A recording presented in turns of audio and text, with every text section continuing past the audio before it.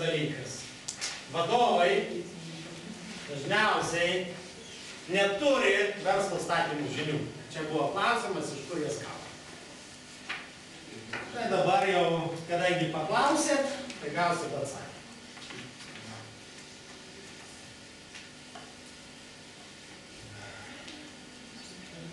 Mes, mūsų kompanija, 7 metus veikiam, visada turėdavom dilemą. Ateina smulki įmonė, sako, vat, mes norim padėkit prisitaikyti ir taip toliau, mes turėdavom tą dilemą. Ar dirbti su smulkiom įmonėm ar ne? Kodėl? Mes turim, ne tai, kad jau labai daug, bet turim pakankamai užsakymų iš stambių įmonių.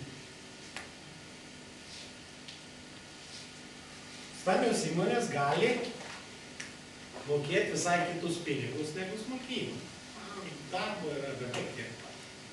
Kaip išspręsti tą dilemą? Kaip duoti žinias?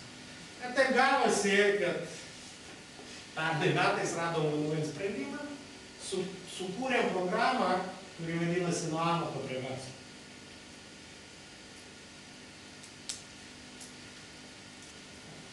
Praktinių verslo vystymo įgūdžių tobulinimo programa. Jinai trunka 6 mėnesius. Realiai užsiėmimai, susitikimai bus kartą į mėnesį. Bet realus darbas turi vykti pastoviai. Ir teorija derinama su praktika.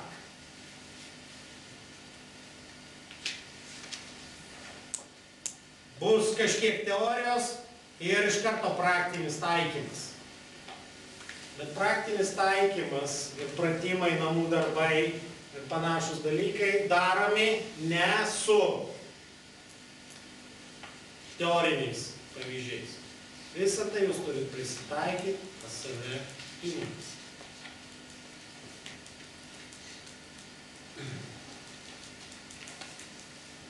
Kiekvienas klausytojas gaus kuratorius. Pernai metais mes manėm, kuratoriai gali būti viens kitą kontroliuoti, klausytojai tai neveikia. Šiemet mūsų įmonės konsultantai, ne ekspertai, ne aukščiausių lygių, bet tie konsultantai, bus kuratoriai, kurie pastoviai sėdės jums klausytojams ant sprando, kad jie taikytų tai, ką išmoktų. Jie darytų namų darbus ir jeigu iškyla kažkokie klausimai, iš karto atsakytų. Jeigu atsakymo jie patys negali pasakyti, natūralu, kad tai ateis iki manęs ar iki kitų ekspertų, rasim sprendimą, atsakysim.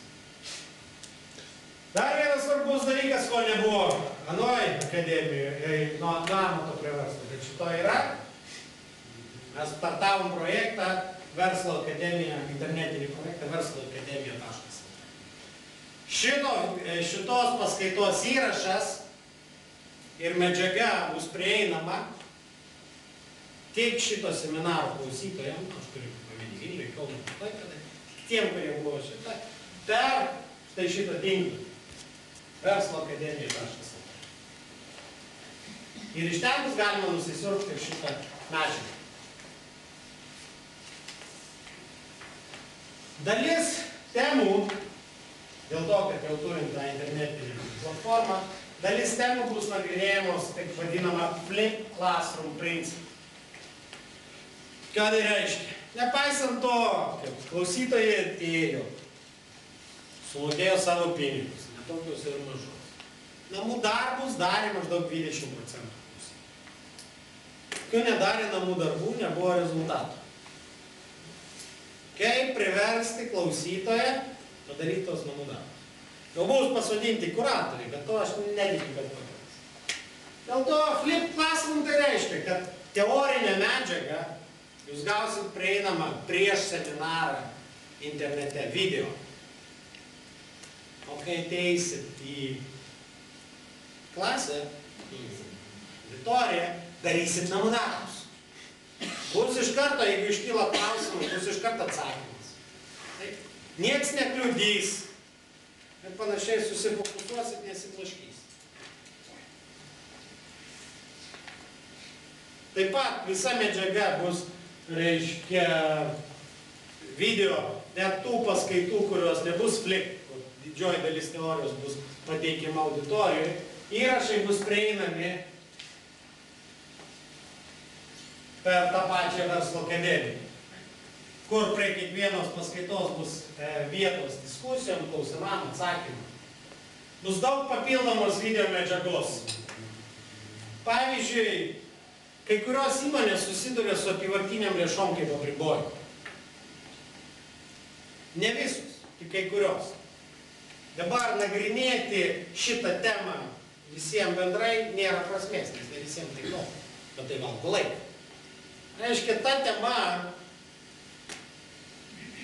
seminaras arba webinaras, seminaro įrašas apie tą temą, irgi bus prieinamas Amatas prie verslas klausytoje. Visi galės pasižiūrėti, labai tikėtina, kad žiūrės tie, kuriems tai aktualu, ir bus papildoma, jeigu reikės kažkokią konsultaciją, klausimai atsakymai. Ir ten daugiau bus medžiagos. Taigi, kaip pati programa atrodo, kaip jinai bus struktūruota. Visi iš nuo Amato prie verslo klausytojai gaus 4 valandų paskaitos video įrašą, kur prieinama pasižiūrėti. Gyvybingo ir konkurencingo verslo koncepcijos ir prielaidos. Profesoriaus Jasnavičiaus paskaita apie vertybės, vizijas, misijas ir panašius dalykus. Kodėl tai yra svarbu ir kaip tą panaudoti ir kaip tai turi atrodyti. Aš suprantu, mes daugelis esam labai skeptiški ir galbūt mums kaip savininkam tai nėra taip svarbu. Bet komandai suformuoti yra svarbus dalykai.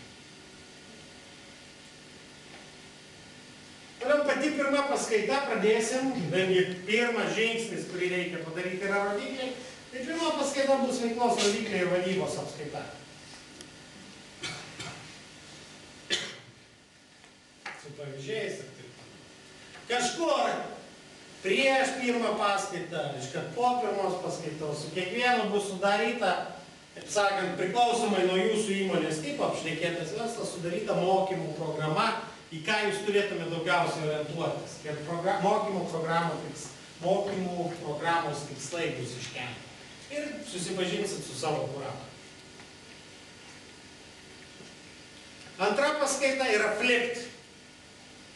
Yra teoriją gausit iš anksto, pasižiūrėt, gal kažkiek padiskutuosim paskaitos pradžio, bet realiai tai bus skirta darbui, savarankiškam darbui, praktiniam užsiėmimui, verslo pardavimo proceso sudarimas. Ir praktinis darbas, ne tik sudaryti proceso žingsnius, apsirašyti ir taip toliau, bet ir susikelti kažkokią programinį įrankį.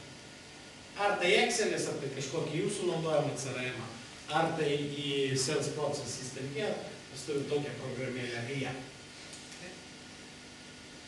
Tam, kad išėję jūs turėtumėte konkretų pardavimų procesą, pagal kurį pardavinėsite klientų paslaugą.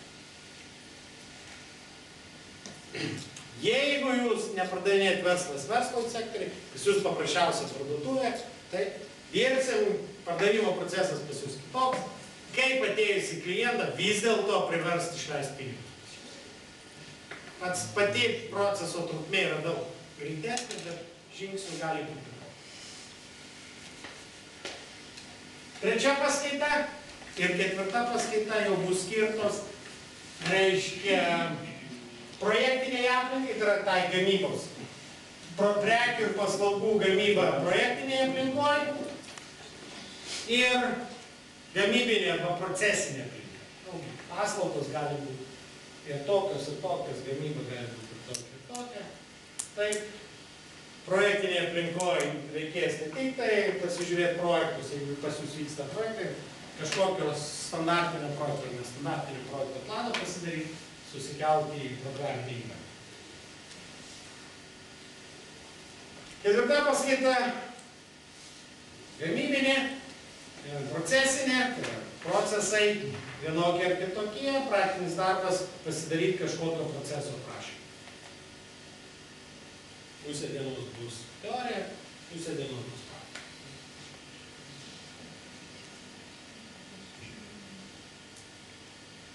Ketvirta plius paskaita. Kadangi gamybininkų ir prekybininkų dažniausiai tokiam kurse nėra labai daug, tai paskaita apie atsargų valdymą atskiros paskaitos nebus. Bus video paskaita, kas norės galės persižiūrėti ir bus padaryta online konsultacija tiem, kam tai yra.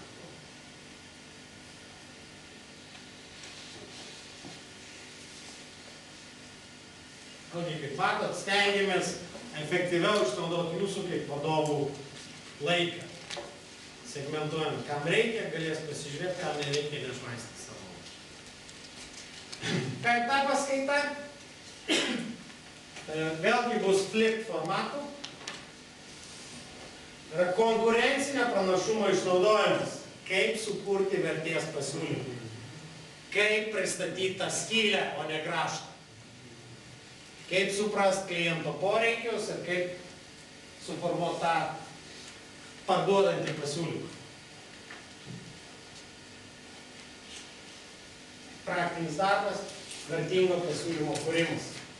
Papildomi video seminarai bus, reklama internete ir panašus dalykai. Tam, kam aktualu. Ar reikia jums savo puslapio Facebook? Ir kaip jį padaryti?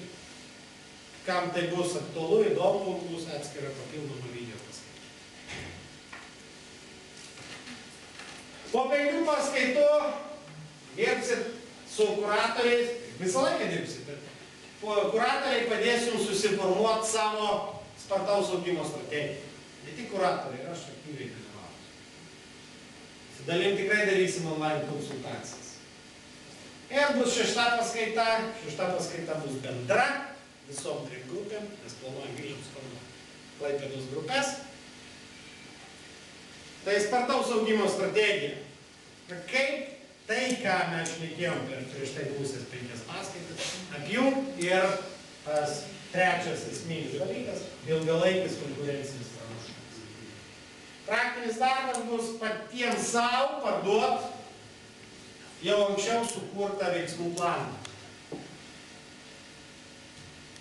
Įsipareigot pačiam savo tolesnius veiksmus padaryti.